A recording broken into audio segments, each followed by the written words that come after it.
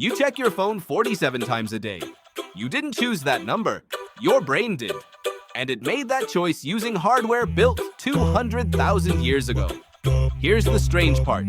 Your phone is new. Your brain is not. The device in your pocket was designed last year. The mind reaching for it was designed for a world with no phones, no cities, no clocks, no strangers. That mismatch is not a minor glitch. It might be the most important fact about being human that nobody ever taught you. Think about the last time you felt a flash of anxiety in a crowded room. Nothing was actually wrong. No danger was present. But your palms got damp anyway. Your heart picked up its pace. Why would a perfectly safe room trigger a response built for survival? The answer starts almost 3 million years ago, on the open grasslands of East Africa. Small groups of early hominins moved together, ate together, slept together. Group size rarely exceeded a few dozen individuals. Every face was familiar. Every stranger was a potential threat. Because in a world without police, without law, without any safety net beyond your own kin, an unknown person really could get you killed. Your brain was built inside that world, not this one. The anthropologist Robin Dunbar spent years studying primate brain size and social group size. He found a consistent pattern. The bigger a species' neocortex, the bigger its stable social group tends to be. For humans, that number lands somewhere around 150. Not 1,500, not 15,000, 150. That's roughly how many relationships your brain evolved the capacity to meaningfully track. Now count your contacts, count your followers, count the notifications waiting for you right now. You are living inside a social world roughly 100 times larger than the one your brain was built for. And your nervous system has no idea it's supposed to relax. This is what evolutionary psychologists call mismatch. Leda Cosmides and John Tooby, two of the field's founding researchers, describe the human mind as a collection of tools shaped by ancestral problems. Tools built to solve hunger, danger, status, and belonging.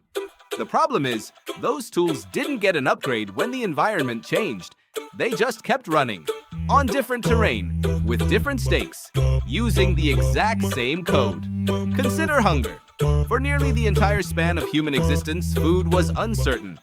A good hunt might not come for days. A drought might wipe out an entire season of foraging. So your ancestors' brains evolved a powerful, almost desperate craving for calorie-dense food, especially sugar and fat. That craving kept them alive. It pushed them to eat enough when food was scarce, to store fat when it was available, to never pass up an easy meal. That craving never went away. But the scarcity did. Walk into any convenience store today, and you are surrounded by more calorie-dense food than your ancestors would have seen in a lifetime. Your ancient hunger circuitry doesn't know the shortage ended. It still fires exactly the way it always has.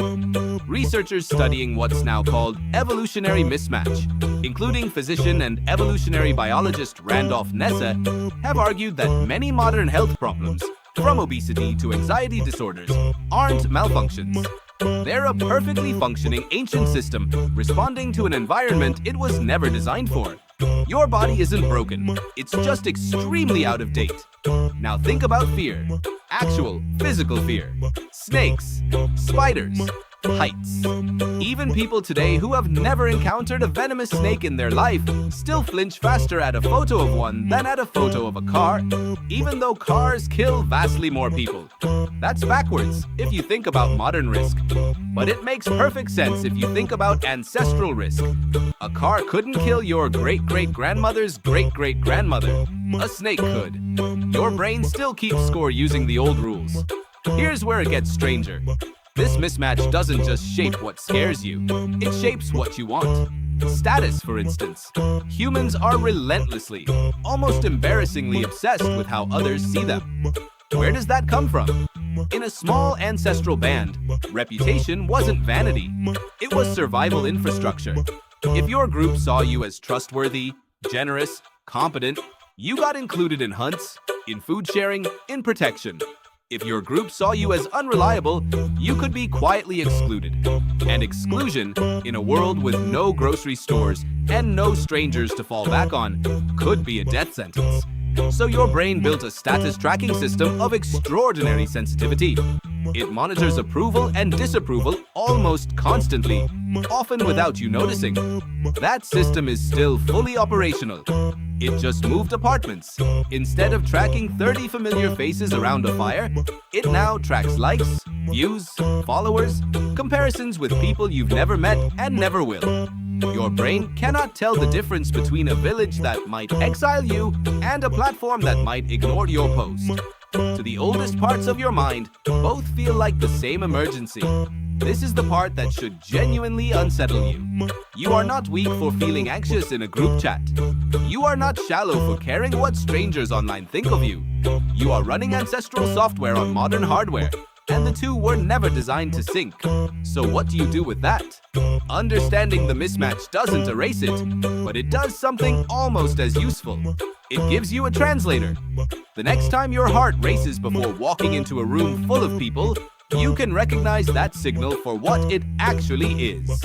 Not proof of danger, just an old alarm ringing in a building that no longer needs it, in a world that changed faster than your biology ever could. Some researchers studying modern behavior have found that simply naming this mismatch, understanding that your reaction is ancestral rather than accurate, can reduce the grip that reaction has on you. You cannot delete the alarm system, but you can learn to recognize when it's firing at a shadow instead of a threat. There's something almost tender about this idea, if you sit with it long enough. Every irrational fear, every scroll you didn't mean to take, every flash of jealousy over someone else's life, all of it traces back to ancestors trying, with everything they had, to keep you alive long enough to exist at all. Their fear became your fear. Their hunger became your hunger. Their need to belong became your need to belong. You are, in a very real sense, still being protected by people who died tens of thousands of years before you were born. They just never got the memo that the world would change this fast. So the next time you feel your pulse spike over something that rationally shouldn't matter, pause for a second. Ask yourself where that feeling actually came from. Not from you exactly, from a much older version of you, standing at the edge of a savanna, scanning the tree line for movement. You checked your phone 47 times today. Somewhere underneath that habit is a 150-person village, a scarcity that ended thousands of years ago, and a nervous system still trying, in its own outdated way, to keep you alive.